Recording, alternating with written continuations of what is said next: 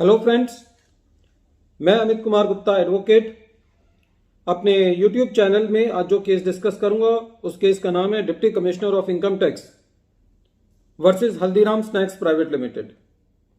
ये case 98 ITR tribunal short notes 75 पे report हुआ। मैटर दिल्ली आईटीएटी ने डिसाइड किया और इस केस का जजमेंट 23 अगस्त 2022 को आया।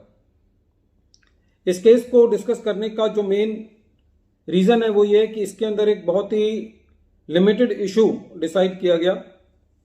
इशू ये था कि एसएससी ने एक अपने प्रीमाइसेस में प्लांट और मशीनरी इंस्टॉल किया।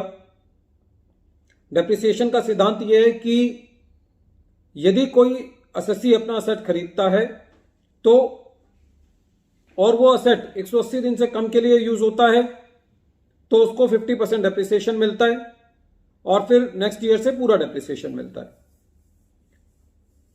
एक एडिशनल डेप्रिसिएशन का भी कंसेप्ट है सेक्शन 32 सबसेक्शन 1 क्लॉज II के मुताबिक, जो कि ये कहता है कि पहले साल में 20% एडिशनल डेप्रिसिएशन आप क्लेम कर सकते हो सब्जेक्ट टू वेरियस कंडीशंस। लेकिन वहां पे भी ये रूल लगता है कि यदि आपने वो असेट 180 दिन से कम के लिए यूज हुआ है तो वहां पे भी आप डेप्रिसिएशन उस एडिशनल डेप्रिसिएशन का भी आधा ही क्लेम करेंगे।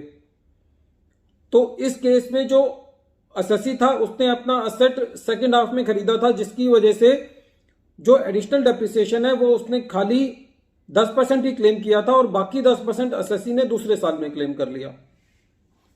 जब असेसिंग ऑफिसर साहब ने देखा कि नेक्स्ट ईयर के अंदर एसएससी ने वो एडिशनल डेप्रिसिएशन जो आधा था 10% वो नेक्स्ट ईयर में क्लेम कर लिया, तो उनका कहना था कि ये पहले साल में ही क्लेम होना चाहिए था, क्योंकि पहले साल में आपने 180 डेज से कम के लिए यूज किया तो वहां पे 10% बनता था। अब आप इस बचे हुए 10% को इस साल क्लेम नहीं कर सकते।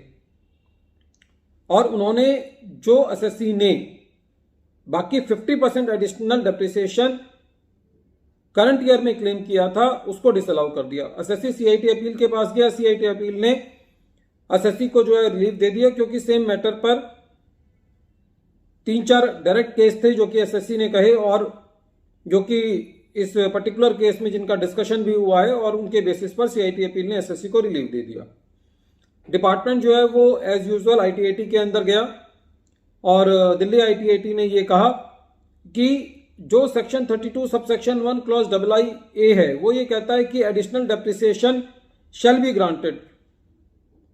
तो वहां पे शैल वर्ड है। आप किसी प्रैक्टिकल डिफिकल्टी की वजह से यदि एसएससी किसी एक साल में वो पूरा डेप्रिसिएशन नहीं ले पाया है तो ऐसा नहीं है कि आप उसके बाकी डेप्रिसिएशन को उसको मना कर दोगे। और ये एडिशनल डेप्रिसिएशन का जो प्रावधान लाया गया था वो एक तरीके से बिजनेस को प्रमोट करने के लिए लाया गया था। इसका मकसद ये था कि लोग ज्यादा से ज्यादा प्लांट एंड मशीनरी के अंदर इन्वेस्टमेंट करें ताकि देश में प्रोडक्टिविटी बढ़े, देश का व्यापार बढ़े। तो ये एक तरीके से बेनिफिशियल प्रोविजन है, इसको संकीर्ण मानसिकता से नहीं देखा जाना चाहिए। तो आईटीएटी ने यह कहा कि जो एसएससी ने पहले साल के अंदर एडिशनल डेप्रिसिएशन 50% क्लेम किया है उसका बाकी 50% बचा हुआ उसको नेक्स्ट ईयर के अंदर मिल जाएगा। फ्रेंड्स, ये बहुत इंपॉर्टेंट जजमेंट है। जो एडिशनल डेप्रिसिएशन है उसको क्लेम करने की काफी सारी कंडीशंस हैं कि ये किसी पुराने बिजनेस से नहीं आना चाहिए, ये कोई ऐसी प्लांट एंड मशीनरी पे नहीं मिलेगा जो कि ऑफिस के अंदर यदि कोई इक्विपमेंट लगता है उसके ऊपर नहीं मिलेगा, और बाकी भी कंडीशंस हैं। लेकिन यहां पे जो इस केस में जो मेन मुद्दा है वो ये मुद्दा है कि यहां पे जो एसएससी ने पहले साल के अंदर 180 डेज की कंडीशन ना पूरी होने की वजह से एडिशनल डेप्रिसिएशन को आधा क्लेम किया, वो बचा हुआ आधा डेप्रिसिएशन वो नेक्स्ट ईयर के अंदर क्लेम कर सकता है। ये इस केस का क्लियर कट मैसेज है। फ्रेंड्स, इस वीडियो के अंत में मैं एक बार फिर केस का नाम रिपीट कर रहा हूं। केस का नाम है deputy commissioner of income tax versus Haldiram snacks private limited. ये case 98 ITR tribunal short notes page number 75 पे रिपोर्ट हुआ। मैटर दिल्ली आईटीएटी की सी बेंच ने डिसाइड किया और इस केस का जजमेंट 23 अगस्त 2022 को आया।